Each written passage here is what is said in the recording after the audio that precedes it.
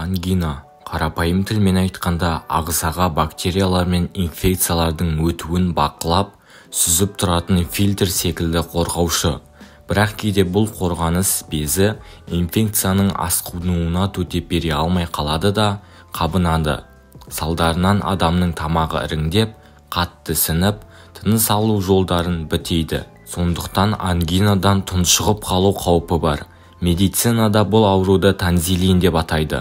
Сіздермен бірге дертке шипа арнасы. Достар, біздің арнаны қолдап, арнаға тіркеліп, осы видеоға лайк баса кетіңіз.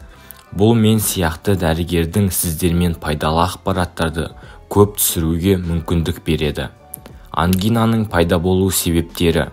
Вирустар. Егер дәрігер сізде вирустық ангина бар десе, онда инфекцияларға қарсы тұрады. Бактериялар. Дәлірек айтсақ, А тобындағы стрептокок бактериялары танзилин анықталса, дәрігер антибиотик тағайындайды. Тіс-шегі ангинаның тууына себеп болады. Ангинаның бұл түрі көбінесе балалар арасында кездеседі. Дұрыс тамақтанбау, иммундық жүйенің төмендеуі, ангинаның алғашқы белгілері, тамақтың қызарып ісінуі, бадамша безінде ақ көбіктердің пайда болуы, дене қызуының 38 градусқа дейін көтерілуі, әлсіреп дененің қалтырауы, мойындағы лимфа түйіндерінің ұлғаюы және ауырсыну сезімінің болуы. Егер осы кезде жөтел болмаса, тамақ іріңдеп қатты ісінбеген болса, ол ангинаның жеңіл түрі. Төтенше емді қажет етпейді. Өздігінен 7-10 күнде жазылады. Ал созылмалы бактериялық танзилит анықталса, міндетті түрде дәрігердің нұсқауы бойынша емделген жөн. Танзилиннің алғашқы белгілері пайда болғанда, бірден дәрігерге қаралу керек. Ауру асқынып кетсе, ота жасау арқылы алдырып тастауға тура келеді. Көбінесе пенициллин антибиотиктерімен емдеген жөн. Мұндай препараттар бактериялармен жақсы күреседі. Дәрігер тағайындаған антибиотиктерді қабылдаған соң, жағдайыңыз жақсарып, жақсы болып қаласыз. Бірақ дәріні соңына дейін толық қабылдау керек. Әйтпесе ауру қайта қозып, антибиотиктерге бой бермейтін болады. Ангинамен сырқаттанғанда көбірек тыныққан пайдалы. Одан бөлек дәрігерлер келесі кеңестерді есте ұстаған жөн дейді. Температураны басу үшін ыстық сумен басуға немесе балмұздақпен басуға болады. Шайнауды қажет етпейтін, бірден жұтуға ыңғайлы тамақтарды жеуге тырысу керек.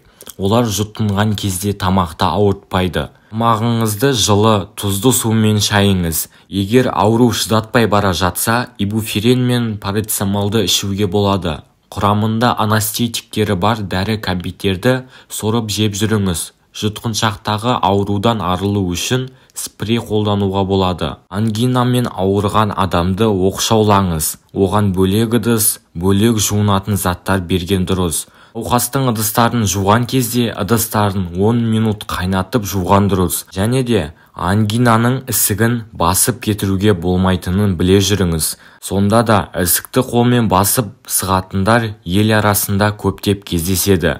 Бірақ бұл әдіс аурудан айықтырмайды. Керісінше асқындырып жібереді. Ангинаны ешқашан басушы болмаңыз.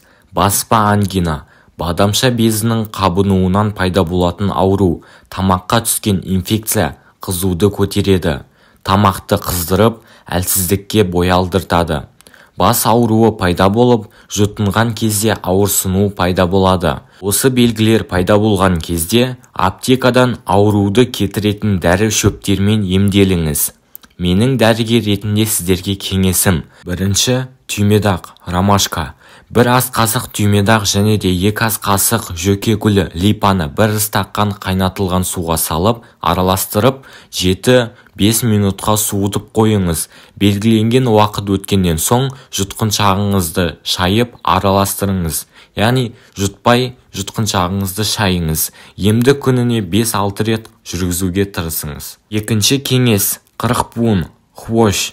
5 ас қасығын 400 мг қайнатылған суға салып, араластырып, тоңдырып қойыңыз. Шамамен 15 минуттан соң сүзіп алып, тамағыңызды шайқаңыз. Үшінші кеңес – таңқурай жапырағы. 2 ас қасық таңқурай жапырағын 1 стакан суға салып, қайнатыңыз. Оны 10 минутқа суытып, тұнбаны сүзіп алып, жұтқыншағыңызды шайыңыз. Бұл әдіс тамақтың қызарғанын кетіреді, масасыздықтан арылтады, әрі баспаны жедел түрде емдейді. Төртінші кеңес – қызылша, свекло. 1 стакан қызылшаға 1 ас қасық 6% сірке суын араластырып, тоңдырып қойыңыз. Шамамен 15-20 минуттан соң қызылшаны сығып, оны сүзіп алыңыз. Дайын болған тұнбаны 1-2 ас қасық тамағыңызға жіберіп, шайып алыңыз. Емді күніне 3 рет жүргізу керек. Бесінші кеңес – пияз қабығы. Жарты литр суға 3 шай қасық пияздың қабығын салып, отқа қайнатыңыз. 1 қайнап шыққаннан соң, оның қақпағын жауып, оны тоңдырып қойыңыз. Салқындаған кезде тамағыңызды, жұтқыншағыңызды шайыңыз. Пияздың қабығынан дайындалған тұнба тамағыңыздың қызуын кетіріп, әрі емдеуге көмектеседі. Алтыншы кеңес – сарымсақ, чеснок. Сарымсақты жарты стакан суға салып, тоңдырып қойыңыз. Шамамен 6 сағаттан соң дайын болған емдік сусынды жылытып, тамағыңызды шайыңыз. Бұл емді күніне 3 реттен үзбей жасасаңыз, баспа ауруынан түбегейлі айығасыз. Ескере кететін бір жайт, бұл емдік шараларды қолданбас бұрын дәрігермен кеңесіп алу керек. Ем болсын. Сізге пайдалы ақпарат ұнаған болса, осы видеоны жақындарыңызға және достарыңызға жіберіңіз. Келесі видеода кездескенше сау саламатта болыңыздар. Сіздермен бірге болған Дертке шипа арнасы.